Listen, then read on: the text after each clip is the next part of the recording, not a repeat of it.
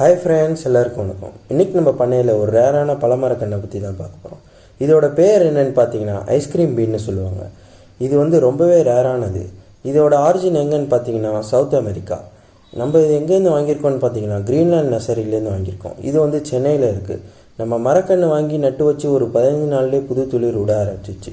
இந்த மரக்கன்றில் நிறையா பெனிஃபிட்ஸ் இருக்குது, மெடிசனல் பெனிஃபிட்ஸ் இருக்குது. இதோட டேஸ்ட்டு பார்த்திங்கன்னா ரொம்பவே சுவையாக இருக்கும். நம்ம நட்டு வச்சு ஒரு 15 நாள்லேயே புது துளிர் வந்துருச்சு, நீங்களே பார்த்தாலே தெரியும்.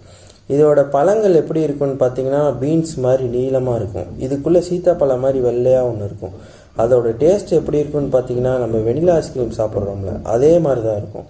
அதே மாதிரி இதோட இலை, பட்டை, வேறு இது எல்லாமே நிறையா பெனிஃபிட்ஸ் இருக்கும். Calcium, fibre, blood sugar level இதெல்லாம் மெயின்டைன் பண்ணுறதுக்கு ரொம்பவே யூஸ்ஃபுல்லாக இருக்கும். நல்லா வளர்ந்த மரம் பார்த்திங்கன்னா இப்படி தான் இருக்கும்.